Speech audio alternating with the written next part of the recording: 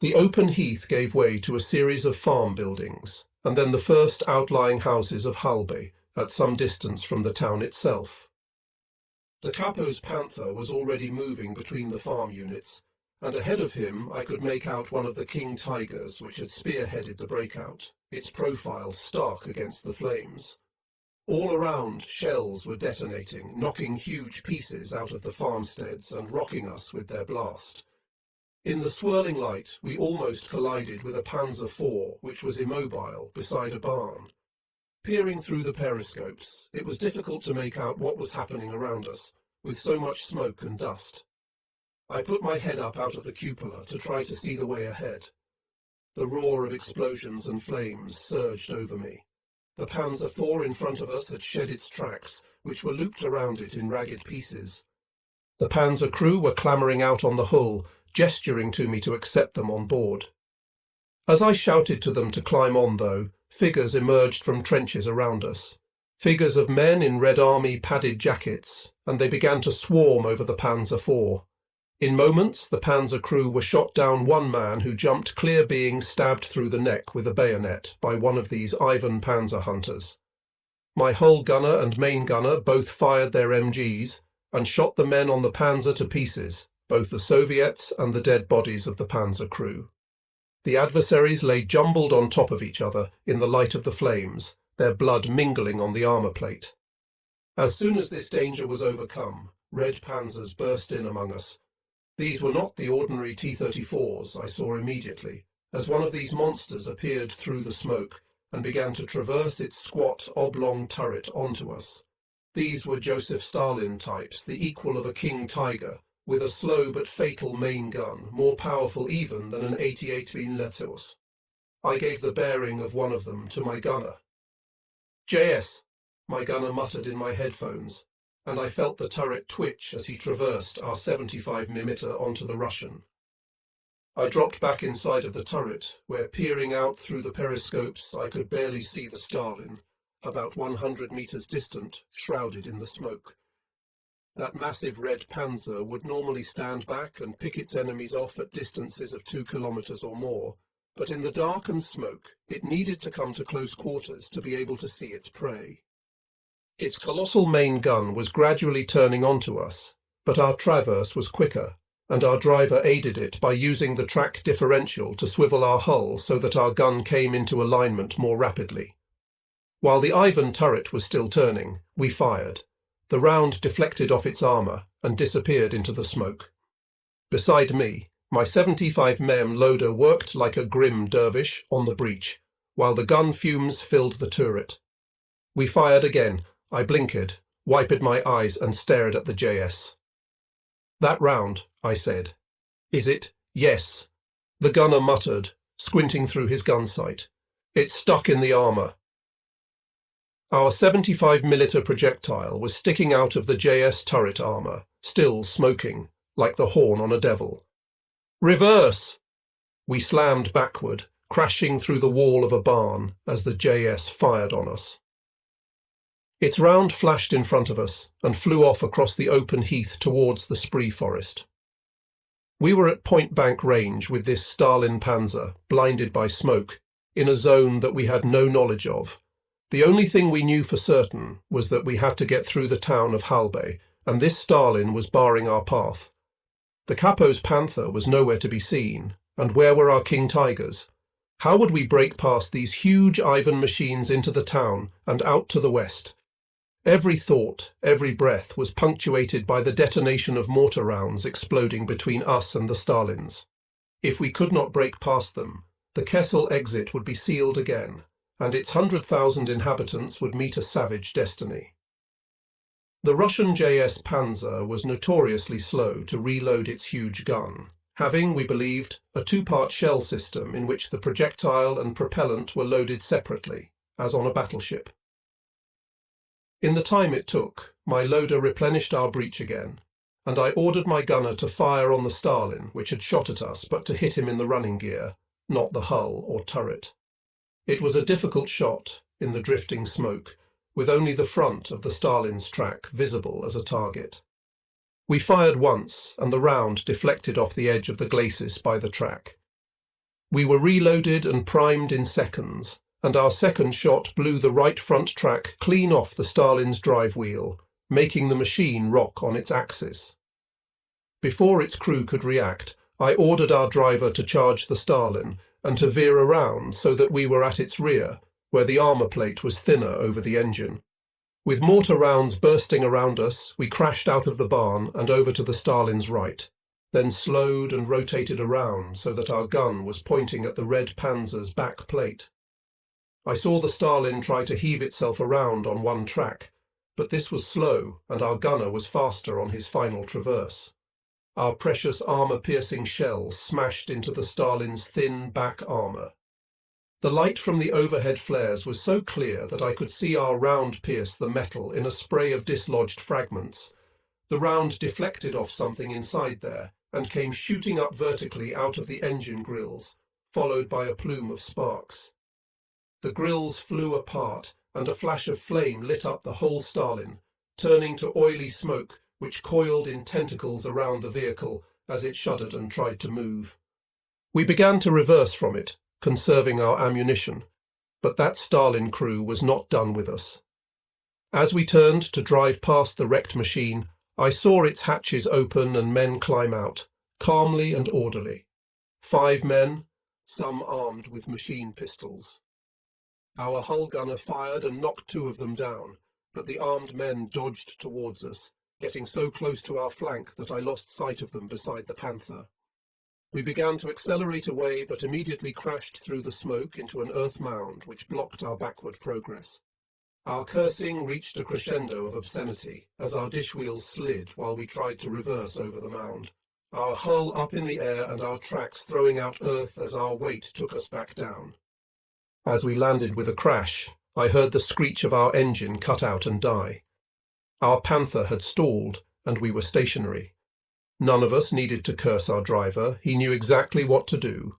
He worked the starter lever, trying to engage the start motor, making the system whine but not catch, each sound tearing at our hearts. I saw our loader's eyes fill with tears, and I had no words to console him. Were we now to be stranded here, and forced to join the helpless swarms of people on foot rushing through the maelstrom of Halbe?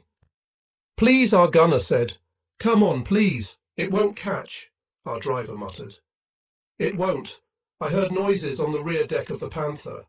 Were they German troops, climbing aboard in the middle of the battlefield?" I peered through the rear periscope and caught sight of a Russian tank crewman in his ribbed helmet, smashing at our engine grills with the butt of his machine pistol. The Verdam Reds wanted vengeance on us for destroying their fine Stalin Panzer. I fired my pistol through the small port in the turret rear intended for this purpose, but the angle was wrong, and without engine power, we could only turn the turret slowly with the hand crank. If the Reds put 1 bullet into our fuel pipes, or 1 grenade under the grills, our Panther would never start again. I slid open my cupola hatch, took my MP40 from the turret wall, and pointed the gun out over the top. I realized it was no use shooting like that. My bullets would surely go through our own grills. With no choice, I heaved myself out and came face to face with a red tank crewman who was trying to prime a flare pistol, pointing it down at the engine covers.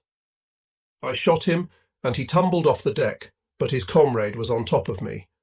Unarmed, the man smashed me in the face with his fist, and I tasted thick blood in my mouth. I shot at him wildly and saw him jump from the Panther onto the earth. Down there, a gang of our troops leaped forward, not only troops, but women too, armed with rifles and pistols. They set upon this man and cut him to pieces with shots and blows until one woman, armed with a civilian shotgun, administered the final blast to his face. At the same time, our engine rumbled and caught, and the Panther came to life again under me. "Comrade, take us with you," the ground troops shouted over the din. I could not deny the ground soldiers and civilians the chance to ride with us. The approach to Halbe would be murderous on the back of a panzer, but if they wished to take the danger, so be it. And their close quarters protection against marauding Russian infantry would be welcome. With this clutch of 6 armed fighters on our rear deck, I climbed back into the turret. We rounded the earth embankment and moved off towards Halbe itself in search of our other panzers and the route to the west. Coming through the outlying farm buildings, with me peering through the periscopes from inside the turret, I saw quickly how our SS King Tigers were engaged. The lights of flames and the parachute flares were still bright, and in that flickering glow I saw that our heavy panzers were fighting another row of Stalins. These red panzers were dug into the ground on the edge of the village itself, with only their turrets above the earth. I could see 3 of them, with their block-shaped turrets black against the flames behind them. Our King Tigers were shooting them up from a range of less than 1 kilometre, blowing up clouds of soil as their high-explosive shells exploded around the emplaced Stalins. One Tiger was evidently firing armour-piercing, and I saw the tracer shells corkscrew off from the side of a Stalin's turret in the drifting smoke. On the other side of the Tigers, I thought I could make out the Capo's Panther, behind a ridge, firing intermittently at the Stalins. Behind those few red panzers, the town of Halbe stood in flames, with artillery rounds exploding over it in starbursts that sent roof tiles and chimneys whirling for hundreds of metres. I guessed that bombardment was the last of our artillery using its ammunition to break up the Soviet positions in the town. The Russian artillery, though, was now laying down a thick screen of explosions in front of the town, daring us to run the gauntlet of shrapnel even if we could defeat the Stalins. I did not anticipate that our Panthers would be of great use in this initial fight against the Stalins that would take the King Tigers. Besides, I didn't need to count our ammunition. I knew it well enough. Barely 20 rounds of armour-piercing remaining, and 10 rounds of high explosive. That would need to last until we were through the town, over the land to the west and inside the 12th Army corridor. I kept my Panther concealed in the rubble of a collapsed farmhouse, where the rafters and slates covered our profile, and, with our riders still cowering on our rear deck, I considered how to approach the town. I could see 4 King Tigers in all, firing on the 3 Stalins, their higher rate of fire undermined as an advantage by the ultra-low position of the red panzers in the ground. The Tigers were having no success, and they were taking hits on their front plates from those massive battleship guns in the Stalin machines. One such hit struck a King Tiger on the gun mantle, and I saw in an instant that the tracer shell deflected down and hit the deck hatches under the barrel. A hatch flew off into the air, and then a jet of sparks erupted from the deck. I shuddered to think of that Soviet warhead screaming around the inside of our Panzer, ricocheting off the interior walls and carving a path through any human body that it touched. I had looked inside the hulks of many destroyed Panzers, ours and the Russians, and I knew what the process did to flesh and bone. The King Tiger's turret hatches blew open, and in a moment its ammunition exploded, sending a helix of flame up from the open vents. Even as the Panzer was enveloped in its burning gasoline, the other King Tigers took their revenge, focusing all their fire for a furious 10 seconds on one of the embedded Stalins. My gunner chuckled to himself. With his telescopic sight, he had a better view than me, but even I could see the Stalin hit repeatedly by 3, then 4 shells, until a great scab of metal broke away from the turret and span off across the ground. The broken shell of the turret exploded, throwing the crew members up into the air amid sparks and flames. They had scarcely fallen to earth before the King Tigers turned their fire to the second Stalin, which was hit immediately in the gun barrel where it joined the turret. That Stalin's barrel slumped and the huge machine began to reverse back out of its low emplacement. The overhead flares turned to orange and green, and in this lurid illumination we saw the Stalin reverse a few metres, exposing its upper hull to our Tigers as it went back up the gradient. One 88mm round punctured the forward hull, and another ripped open the engine deck as it rose into the air. The Stalin slumped back down into its trench, with crewmen beginning to drag themselves out of the hatches, their clothing and helmets on fire. I thought the Tigers had finished with them, but one of the Waffen SS gunners insisted on firing a high-explosive round, which exploded centrally on the Stalin. My gunner chuckled again. The red crewmen climbing out of the hatches were severed in half by the explosion. Their torsos blasted completely away, leaving only the stumps of their bodies jammed in the hatch openings, its escape routes blocked and its hull shot to pieces, the Stalin began to burn. The 3rd Stalin Panzer was outnumbered now by 3-1, but still it kept firing on the King Tigers. I had to admire its commander when, with 80mm rounds smashing off its turret, the Panzer reared up and burst out of its dug-in emplacement onto the open ground itself. There was to be no retreat for this hero of the Soviet Union, even if nobody ever knew his name or his actions. He was going down defiantly, taking his machine and his crew with him. That was achieved in a few seconds, as the Stalin began to race towards the 3 King Tigers, clearly intent on ramming one of them. The Tigers shot his tracks off with high explosive, and, as the Stalin careered sideways across the heath, they stood silently and watched as the Red Panzer crashed into a crater, flipped over slowly, and came to rest upside down, its turret in the earth now and its wheels in the sky. Flames licked around it slowly, but the King Tigers were already moving towards it, then past it, and then their lumbering profiles moved into the outskirts of the town itself. My Panther followed, tucking in behind the Capo's Panther as he too emerged from his concealment and joined the column. Behind us, I saw through the periscopes in the glow of the flares and burning vehicles that hundreds of people were already following us closely.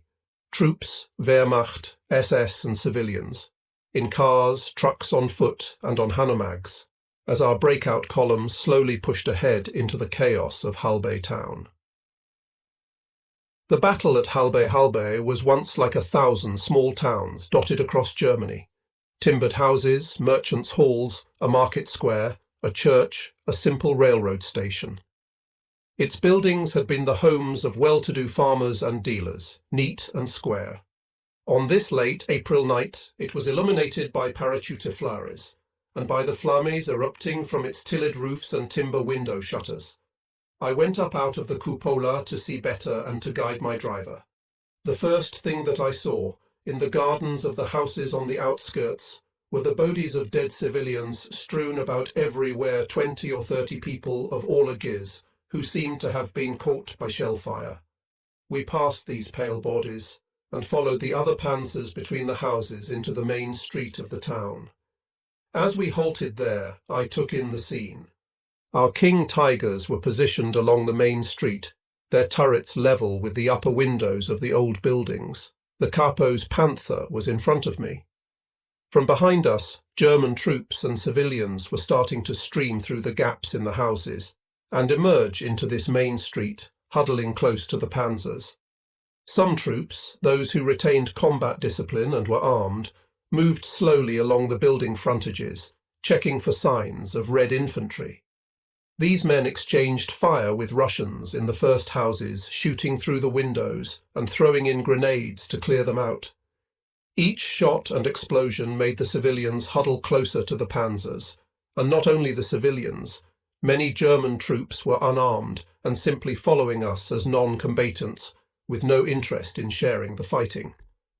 These men, some walking wounded, but many able-bodied, let their comrades do the dangerous work, while they stayed back in the shadow of the panzers. Overhead, the drifting parachute flares began to burn themselves out, and no more were fired from beyond the town.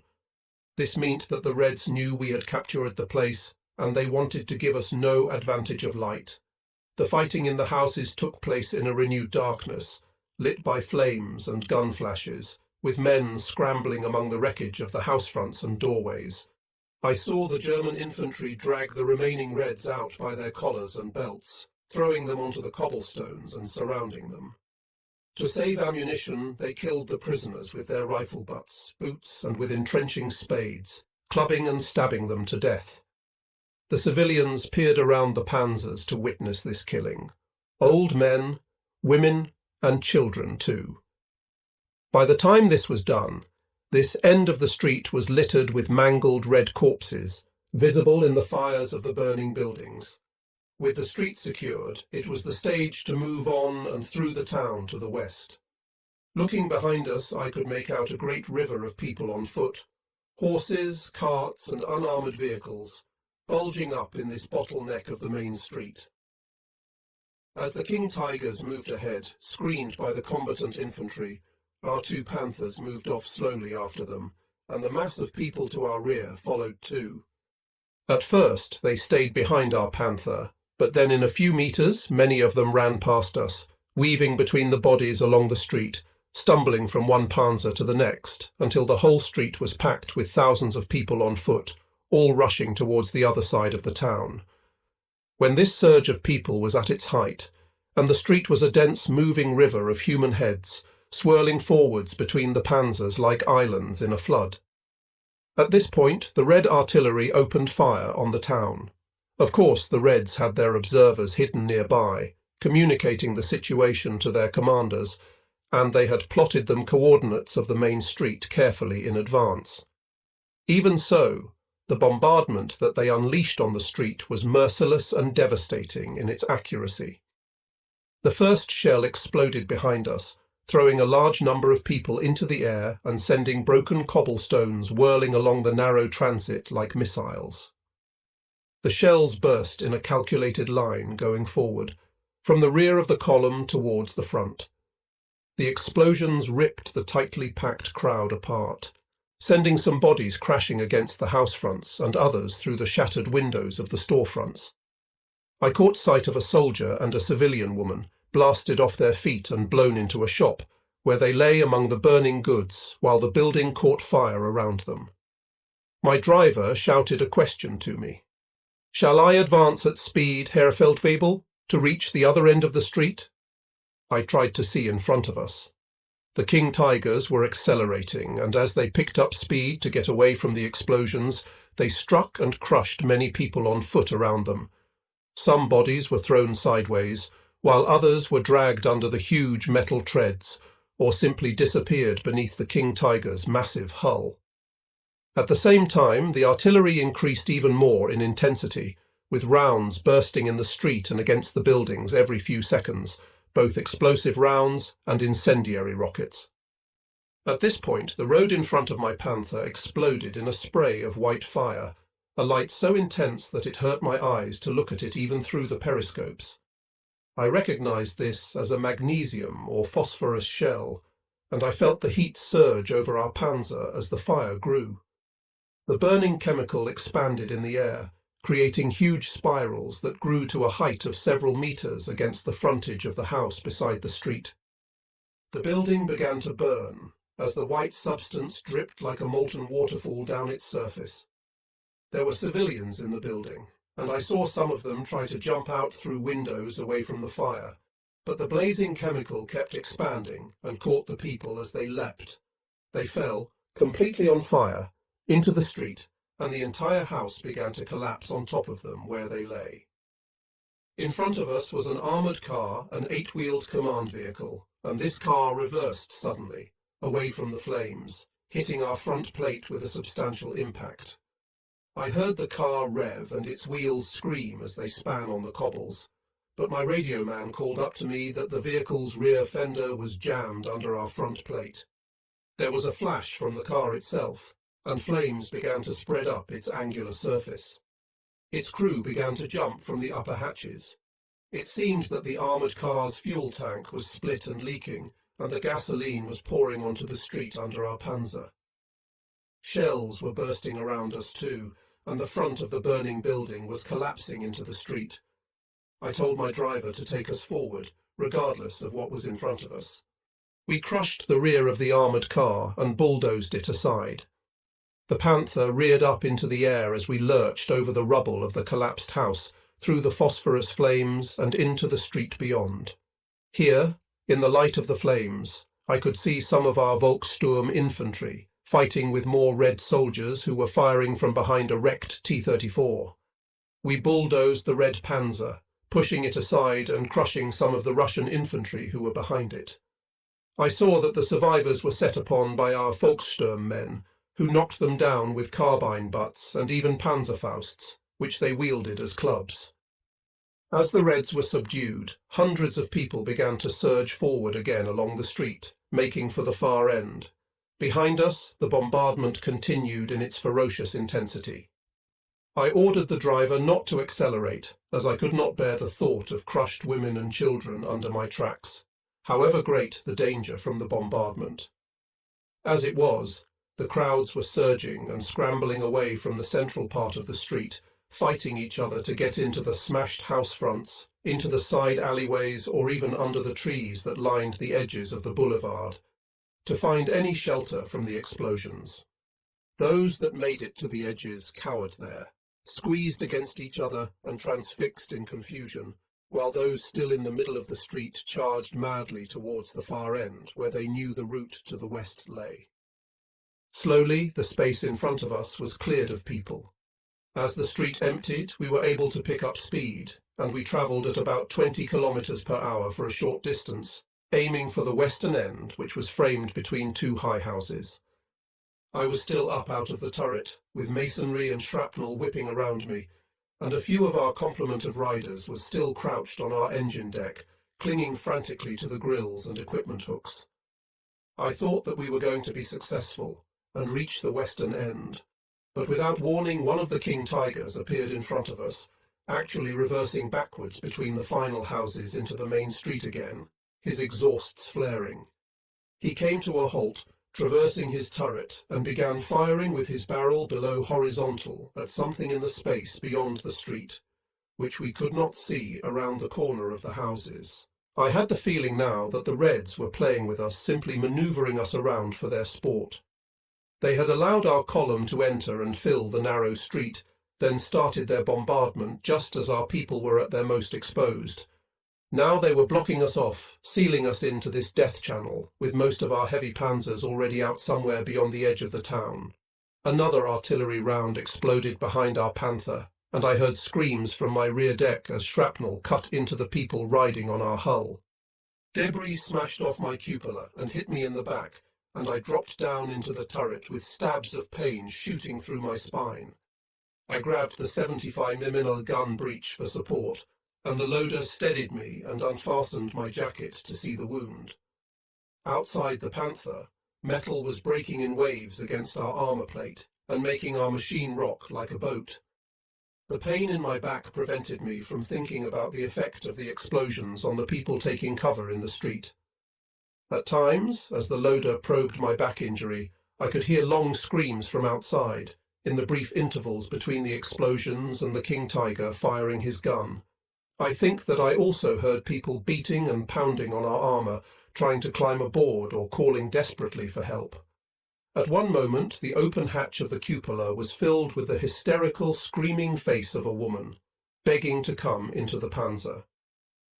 I would have permitted her, but another shell exploded close to us, and she disappeared in a plume of smoke and debris.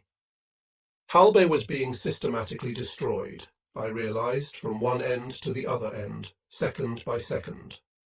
I grunted as my loader removed the second of 2 shell splinters from my back, and then splashed antiseptic on the wound.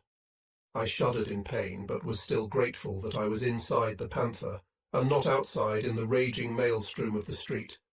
I gulped down an amphetamine tablet, and let the loader give me a short jab from a morphine capsule, enough to deaden the pain, but not enough to knock me out. I felt numb, wooden, and my limbs became distant from my body. I looked through the periscopes forward and saw the King Tiger in front of us advancing slowly, surrounded by a mob of armed soldiers, civilians, and others.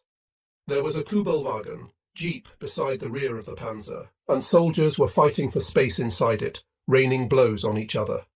One man raised a pistol and shot an officer through the chest, and then the King Tiger jerked sideways as it accelerated, its massive tracks crushing the Kubelwagen, the officer and the mutinous soldier, destroying them and others under its treads. With explosions blowing slabs of masonry off the walls of the houses around us, and entire buildings collapsing in bursts of smoke, we advanced behind the King Tiger out of the main street, being forced to drive over the crushed Kubelwagen and its shattered human debris as we progressed. Rounding the corner, I saw what the King Tiger had been firing at. A pair of T-34 Panzers were wedged between 2 buildings, their front hulls shot away and the bodies of their crews burning as they hung out of the hatches. Was that the Reds' last ambush, or were there more tricks still to come? Around us, the ragged mass of our foot travellers scuttled and jumped alongside our panther. This road had fewer opportunities for cover than the main street, being open on one side, but this allowed the people to spread out into the fields to the left in an attempt to avoid the exploding shells which were falling all around us. In all my experience in the East, I had not seen a bombardment this intense. Shells landing one on top of the other, the dust cloud of one explosion being torn apart by the explosion of the next round, and among them the incendiary rockets crashing and exploding across the street and the open spaces.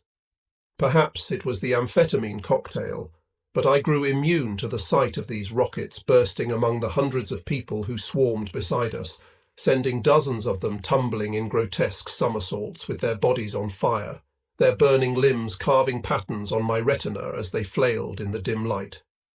A pair of horses pulling a cart were set on fire, and they stampeded insanely, throwing the civilians in the cart out behind them as they kicked and trampled on anyone unlucky enough to be in their path, until an artillery shell killed the animals in a puff of whirling flesh. Several times we had to halt while the king tiger in front of us dealt with threats that appeared from one side or another, its turret traversing and spitting tracer from its coaxial machine gun into the night. The great Panzer had a group of SS troops on its back hull, and these men fired with MP40 and heavy machine guns into the houses as they saw enemy troops lurking in there. We came on a partly collapsed building which had Red troops firing from the rubble. An anti-tank rocket flew out from this strongpoint in a trail of fire and exploded against one of the huge concave wheels of the King Tiger. The wheel flew off, spinning like a coin, and for a moment I thought that the Panzer was doomed. But the SS men leaped from the hull and stormed the Red position, throwing themselves onto the enemy guns. The surviving Reds swarmed out, firing their machine pistols into the mass of troops and civilians, running and swerving among the throng and shooting at random. I pulled myself up through the hatch to see what was happening, and grabbed my machine pistol, climbing out onto the hull when I realized what was taking place.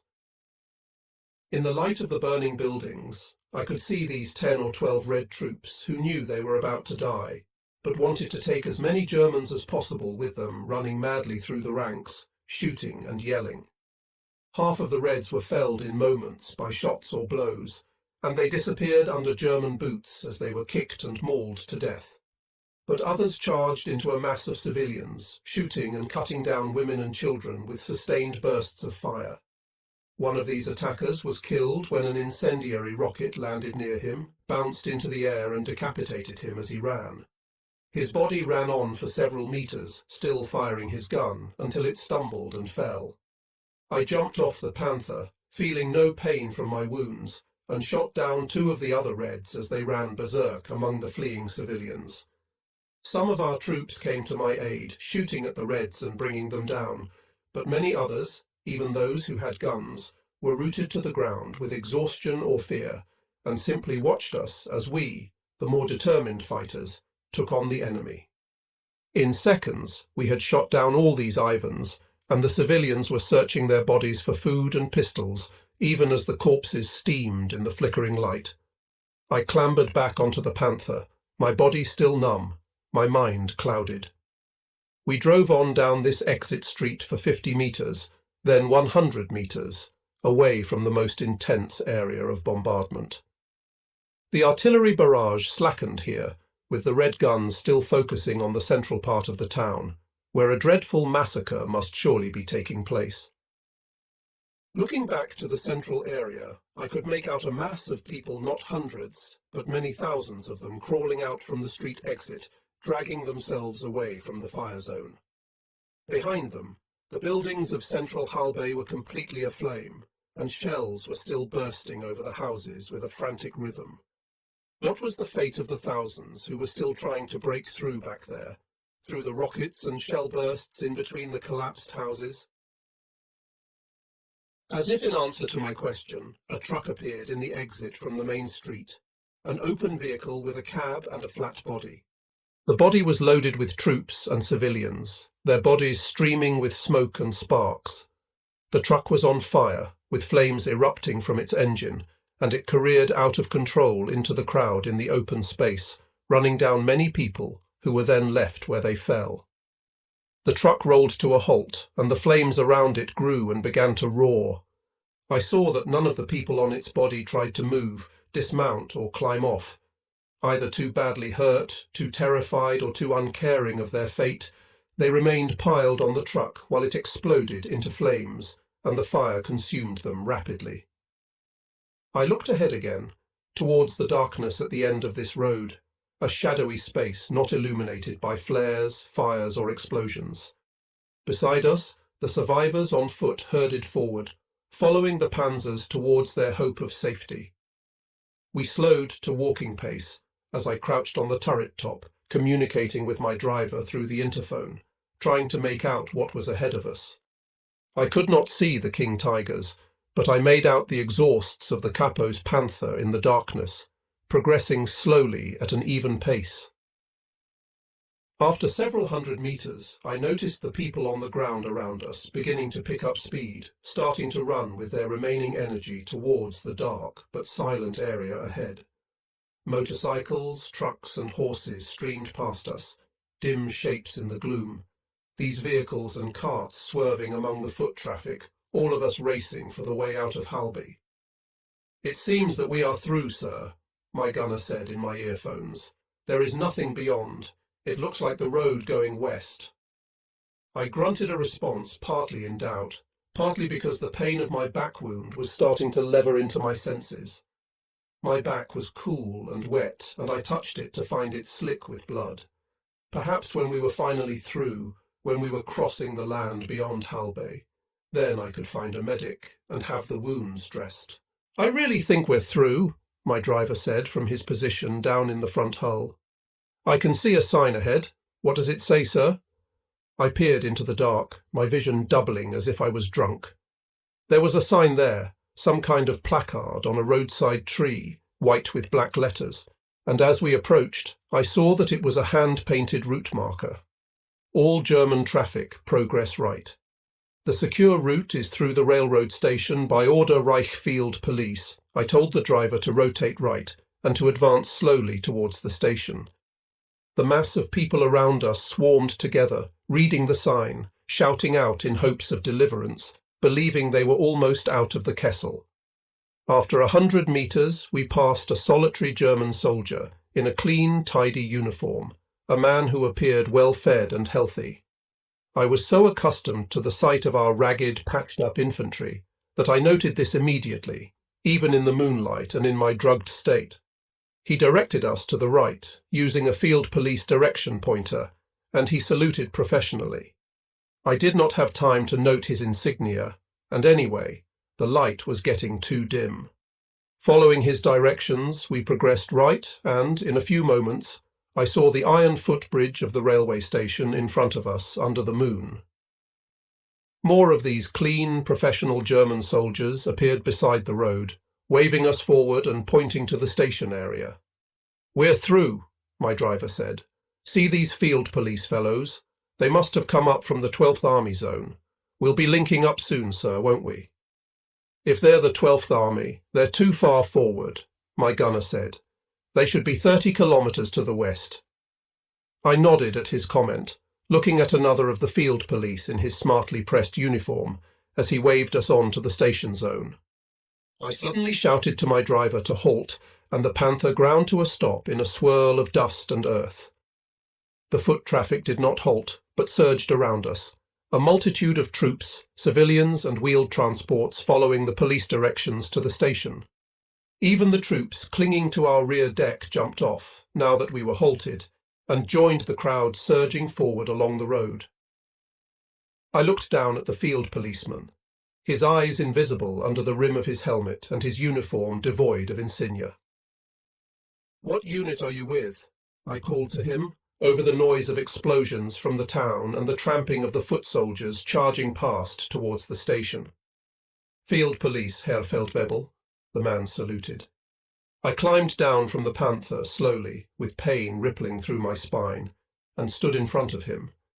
The hundreds of foot soldiers and civilians charged around us, shouting encouragement to each other. "Which unit of field police?" I asked the man, over the heads of the people rushing between us. "You must hurry, Herr Feldwebel," he called to me. "The Reds are close." "Which unit of police?" I shouted, being rocked and jostled by the many troops rushing past. A civilian woman passed between us, dragging a child in each hand, children of 5 or 6 years, trailing their feet in exhaustion. "The rail station," she was saying. "We will be safer there." "Which unit are you with?" I shouted to the field police soldier. "Which unit?" He was gone. He had retreated into the shadows, away from the road, and I caught sight of his back as he ducked between trees in the pasture, dodging away from us. "Seydlitz Truppe," I yelled. "These are Seydlitz men." The Seydlitz men were a curse on us all. Seydlitz troops were German soldiers who had surrendered to the Reds in the east and had agreed to work for them to disrupt our lines and cause confusion. I had heard of them often, but never seen one until now.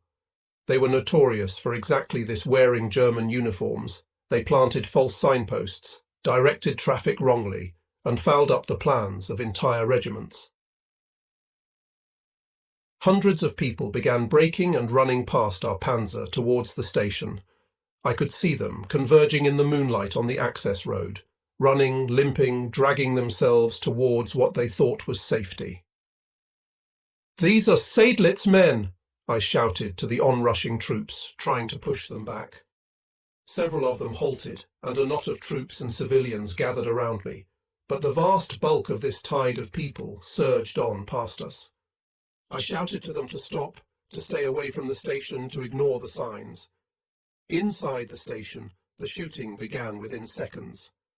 I saw the muzzle flashes light up the footbridge in the darkness, not only from one side, but from both ends of the site.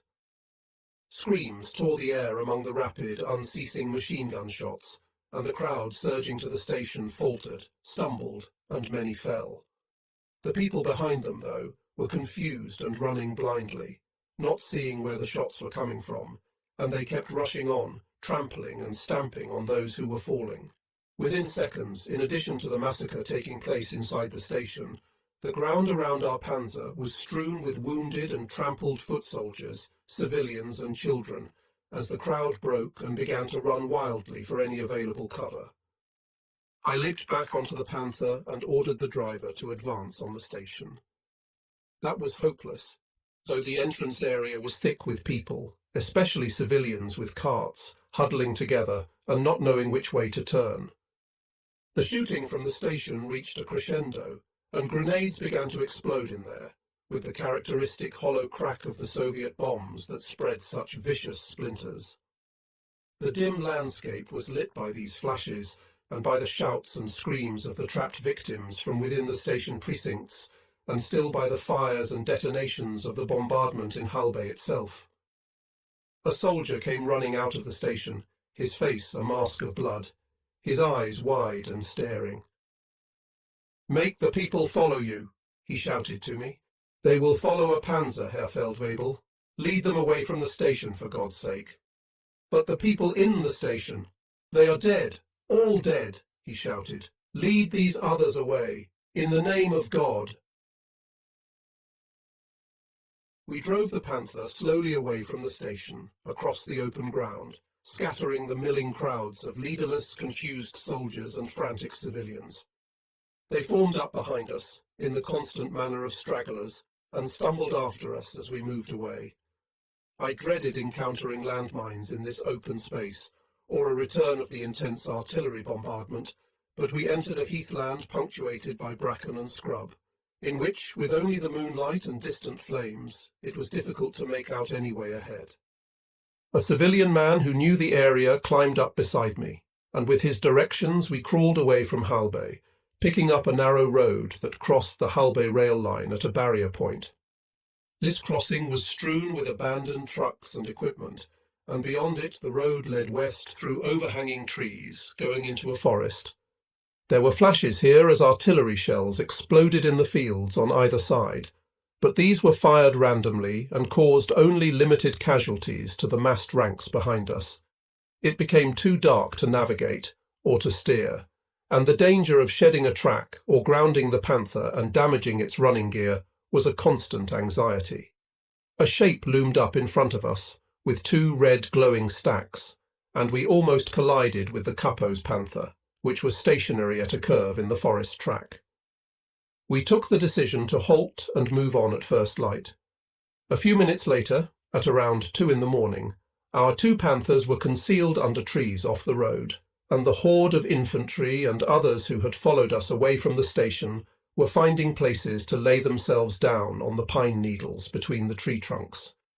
From among the infantry, we posted a perimeter guard, and then we broke into a forestry hut that our civilian guide found for us. Inside, in the dark, the capo said, "So we are through Halbe. The king tigers are somewhere ahead now. We have simply lost touch with them. We must carry on by ourselves for now. We have to watch out for those Seydlitz men. I hear that the station was packed with dead bodies, 3 or 4 deep." "We can identify the Seydlitz men by their uniforms," I said. "They are clean and well presented, unlike our troops." The capo peered through the window shutter at the crowds of troops and civilians outside. "Our troops know that the war is lost," he said. "How many want to fight now? Only a quarter or a third of our men will fight any longer. The rest will let others fight for them." "Then we will fight with the quarter or the third," I said. The capo lit a kerosene lamp on minimum light and unfolded a map. "I took this from a dead artilleryman," he said. "See here, it shows where we are." He showed me our location.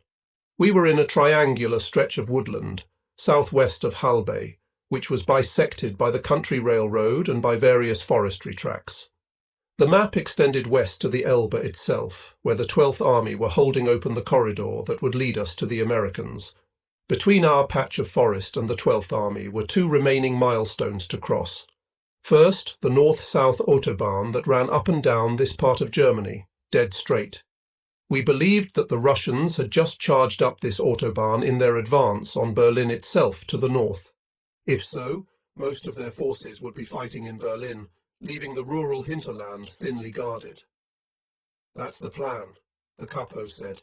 "And after we cross the autobahn, we have to cross the railroad line about 20 kilometers further. After that, we should find the 12th Army boys waiting for us. And then, hello America."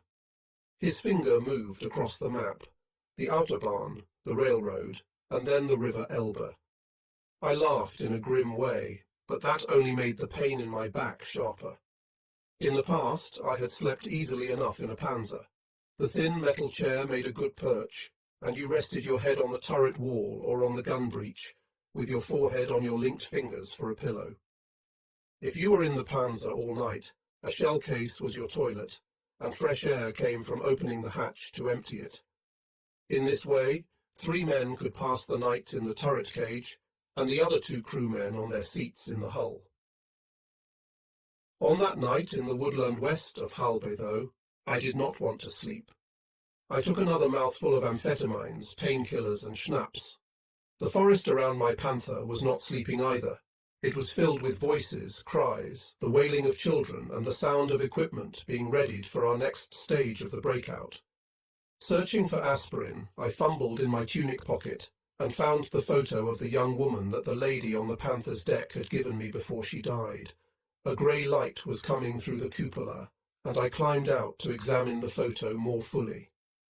The girl was a beauty, and like all lonely soldiers, I imagined that she might be good, understanding company for a man such as me. There was an address on the back, a town to the west of the Elbe, in the American-occupied sector of Germany. There was no name for the girl. I smiled and put the photo safely in my pocket again. A few birds were singing, but that stopped as the sound of bombardment grew from the countryside to our west. Close at hand, in the forest, there was more noise, shouting and cursing, and people clamouring for attention. I went into the trees to see what this was. I found a scrum of our soldiers hunched over something on the ground in the dawn light. I pushed through them, and with the authority that came from a panzer uniform at this point in the fighting, the infantry made way for me slowly. I found that a group of German troops had found a Seydlitz man. The Seydlitz agent was pressed back against the roots of a tree, clenching his fists, gritting his teeth. His field grey uniform had a German eagle but no swastika, and one of our men handed me an armband that had been in the Seydlitz man's pocket. In the service of the National Committee for a Free Germany. This was what the Seydlitz agents called their organization. Looking around, I realized that the small crowd did not only contain soldiers. Various German women were present, some of them armed, and also a handful of children and youths of about 10 years to maybe 15 years of age. One of the women stepped forward and threw a rope upward over the branch of the nearest tree.